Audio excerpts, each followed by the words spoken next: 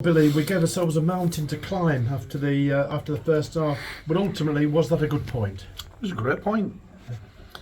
It's a fantastic point against a full-time team. Find yourselves 1-0 down at half-time and with 10 men. I think there's two ways it can go. It's the obvious, but there's two ways it can go. You can rather put up a fight and try and get yourself back in the game, or you can get beat 2-3. Yeah. And I think the players, it's really difficult because it's sort of like been the theme for the last 4 or 5 games. We're giving cheap goals away. We talked about it Saturday just gone. We talked about it for the last 3 or 4 games. We started the game really well.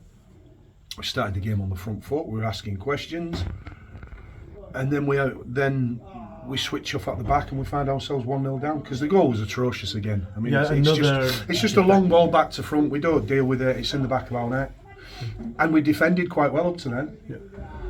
Yeah. Then obviously Milan gets 2 yellows, and you're so disappointed coming in at half time. You're 1-0 down with 10 minutes because we haven't done that bad again. It sounds like a broken record, but half time I thought second half the lads were magnificent. They were good. I've said before, they're a great bunch. They've showed a lot of character tonight. If there's one thing they have got is character, and again they've showed it tonight. And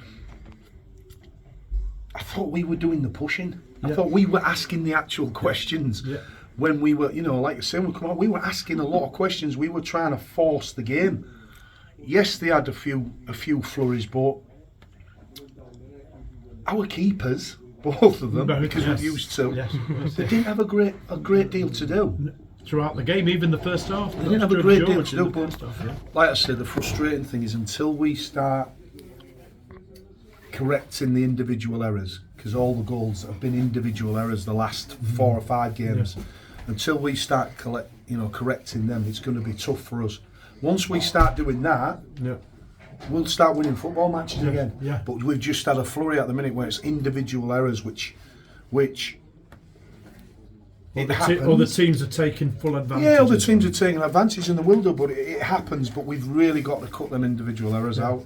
But I thought, like I say, the lads second half. If you'd have walked through the door second half and you wouldn't have known we had 10 men. No. And I thought we looked really fit as well at the end. I thought we looked as fit as them. And they're full time. And it was telling that their manager was berating them for lack of fitness, lack of working against us, and they're full time. I just looked at us and we kept up that pace. I was thinking we may dip last 15 minutes because obviously we've had 10 men since something like the 40th minute or maybe even earlier. But I thought there was going to be a dip last 15. We didn't. We looked strong. And fair play to the lads. We just got to cut them individual errors out, like we say, and then we'll start winning football matches again. Yes. Do you think that second half performance then is something we can definitely build on? Surely we can take that forward now. Massively, because like you say, sometimes a point feels like a win, and tonight it actually feels like a win because of what we've been up against. I mean, look, the lads are very, very tired. Obviously, they will be, but no, the spirit after the game. It was really, really good. We were buoyant because we deserved the point at the end of the day. And of course on Tuesday night we've got something a bit different, a Derbyshire Senior Cup game against Ilkeston Town.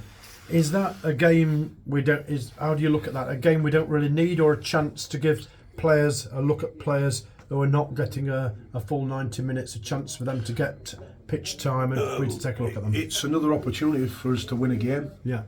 That's what it is. We haven't got a big enough squad to start rotating everywhere. You saw tonight we only had 17 players together. So we haven't. It's not like it's going to be wholesale change and we can rotate another 11 and put 11 on. And we can only go with what we've got. Some people might get an opportunity, some people might not. One of them, we've got 1 or 2 problems. Obviously, George Willis has got a knock, and we've got 1 or 2 carrying stuff. So what we've got to be doing, make sure on Tuesday that players who take the field are 100%, and we won't take any risks with anybody.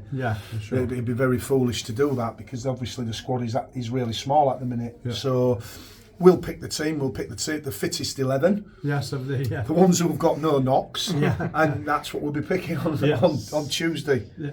And just a word about one of those players who did come off the bench, of course, Jake Askew. I thought he kept his cool and was and acquitted himself well in the half that he was on. We have no problems with Jake at all. Football's all about trust. Yeah. And I trust Jake 100%. Yeah. He had an unbelievable pre-season. He trains really well. He's been slightly unlucky not to get a game before tonight. Yeah. But the thing is with Jake, he's a very, very good keeper. Yeah. And like I say, he probably start Tuesday. Yeah. And then it's for him to continue. Yes, that will be encouraging for the lad to absolutely. And on George, how do you see his injury? It's difficult at the minute. He's got some bruising. He got caught coming for a corner or set piece or whatever. He's got banged where he on his just below his knee where he suffers from tendonitis as well. So that doesn't help. I think it's aggravated. It's too early to say. We'll settle it down for the next 24, 40 hours. Then we'll have a look at him. But the chance of him playing Tuesday at 0. Not great, no. Well, we'll look forward to seeing you on Tuesday and speak.